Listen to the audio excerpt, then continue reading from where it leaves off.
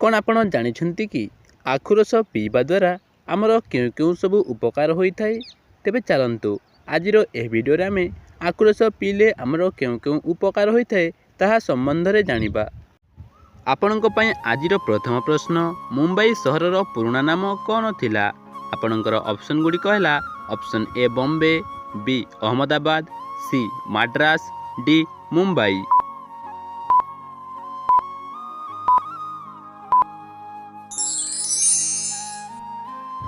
ଆପଣଙ୍କର ସମୟଟି ସମାପ୍ତ ହୋଇସାରିଛି। ଏହାର ସଠିକ୍ ଉତ୍ତରଟି ଏ ବମ୍ବେ। ମୁମ୍ବାଇ ସହରର ପୁରୁଣା ନାମ ବମ୍ବେ ଥିଲା। ପରବର୍ତ୍ତୀ ପ୍ରଶ୍ନ, ମହାଭାରତର ପୁରୁଣା ନାମ କ'ଣ ଥିଲା? ଆପଣଙ୍କର ଅପସନ୍ ଗୁଡ଼ିକ ହେଲା ଅପସନ୍ ଏ ରାମାୟଣ, ବି ଜୟ ସଂହିତା, ସି ଗୋତ୍ର, ଡି ମହାକାବ୍ୟ।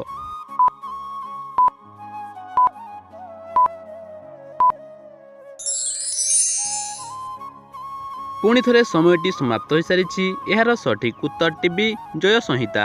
ମହାଭାରତର ପୁରୁଣା ନାମ ଜୟ ସଂହିତା ଥିଲା। ତେବେ ଚାଲନ୍ତୁ ଦେଖିବା ପରବର୍ତ୍ତୀ ପ୍ରଶ୍ନ, ଭାରତର କେଉଁଠି ହାତୀ ଉତ୍ସବ ପାଳନ କରାଯାଏ? ଆପଣଙ୍କର ଅପସନ୍ ଗୁଡ଼ିକ ହେଲା option A Chennai, B Mumbai, C Nagpur, D Jaipur.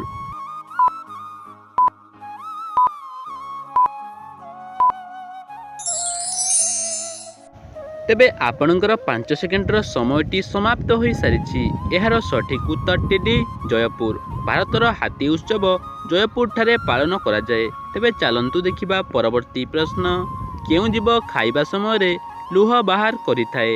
ଆପଣଙ୍କର ଅପସନ୍ ଗୁଡ଼ିକ ହେଲା ଅପସନ୍ ଏ ଭାଲୁ, ବି କୁମ୍ଭୀର, ସି ଘୋଡ଼ା, ଡି ଓଟ।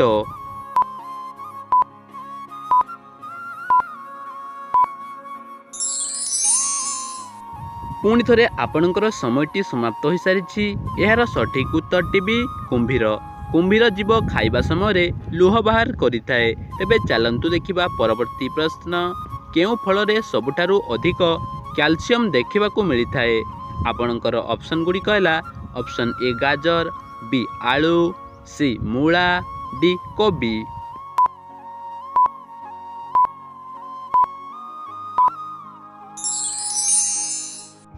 ତେବେ ଆପଣଙ୍କର ସମୟଟି ସମାପ୍ତ ହୋଇସାରିଛି। ଏହାର ସଠିକ୍ ଉତ୍ତରଟି ଡି କୋବି। କୋବି ଫଳରେ ସବୁଠାରୁ ଅଧିକ କ୍ୟାଲସିୟମ୍ ଦେଖିବାକୁ ମିଳେ। ଆପଣଙ୍କର ପରବର୍ତ୍ତୀ ପ୍ରଶ୍ନ, ଭାରତୀୟ ନୋଟ୍ରେ କେତୋଟି ଭାଷା ଲେଖା ହୋଇଥାଏ?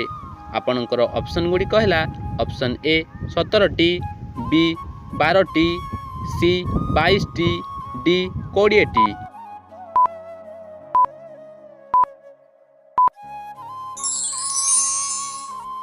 ତେବେ ଆପଣଙ୍କର ସମୟଟି ସମାପ୍ତ ହୋଇସାରିଛି।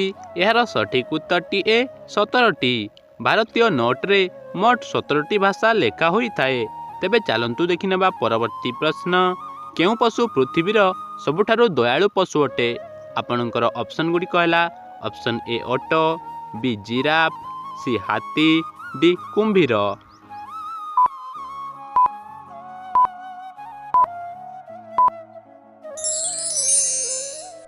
ପୁଣି ଥରେ ସମୟଟି ସମାପ୍ତ ହୋଇସାରିଛି। ଏହାର ସଠିକ୍ ଉତ୍ତରଟି ସି ହାତୀ। ହାତୀ ପଶୁ ପୃଥିବୀର ସବୁଠାରୁ ଦୟାଳୁ ପଶୁ ଅଟେ। ତେବେ ଚାଲନ୍ତୁ ଦେଖିନେବା ପରବର୍ତ୍ତୀ ପ୍ରଶ୍ନ, କେଉଁ ପ୍ରାଣୀର ଆଧାର କାର୍ଡ଼ ତିଆରି କରାଯାଇପାରେ? ଆପଣଙ୍କର ଅପସନ୍ ଗୁଡ଼ିକ ହେଲା ଅପସନ୍ ଏ ଶୂତରମୃଗ, ବି କାଉ, ସି କୋଆଲା, ଡି ବାଦୁଡ଼ି।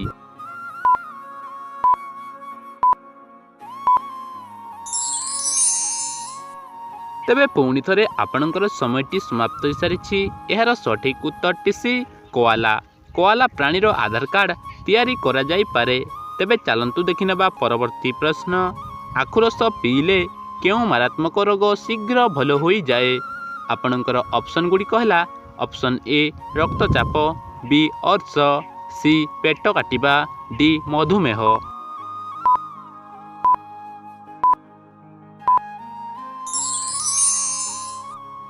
ଆପଣଙ୍କର 5 ସେକେଣ୍ଡର ସମୟ ଅବଧି ସମାପ୍ତ ହୋଇସାରିଛି। ଏହାର ସଠିକ୍ ଉତ୍ତରଟି ସି ପେଟ କାଟିବା। ଆଖୁ ରସ ପିଇଲେ ପେଟ କାଟିବା ଭଳି ମାରାତ୍ମକ ରୋଗ ଶୀଘ୍ର ଭଲ ହୋଇଯାଏ। ତେବେ ଆଜିର ଅନ୍ତିମ ପ୍ରଶ୍ନଟି ଆପଣଙ୍କ ପାଇଁ ରହିଲା, ବର୍ତ୍ତମାନ ଓଡ଼ିଶାର ନିର୍ବାଚନ ପ୍ରକ୍ରିୟାରେ କେଉଁ ଦଳ ସଂଖ୍ୟାଗରିଷ୍ଠତା ହାସଲ କରିପାରିବ?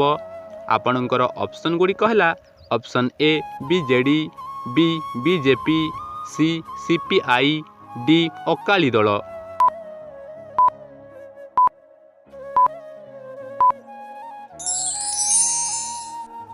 ତେବେ ଏହାର ସଠିକ୍ ଉତ୍ତରଟି ଯଦି ଆପଣଙ୍କୁ ଜଣାଅଛି ତାହେଲେ କମେଣ୍ଟ ମାଧ୍ୟମରେ ନିଶ୍ଚୟ ଜଣାନ୍ତୁ।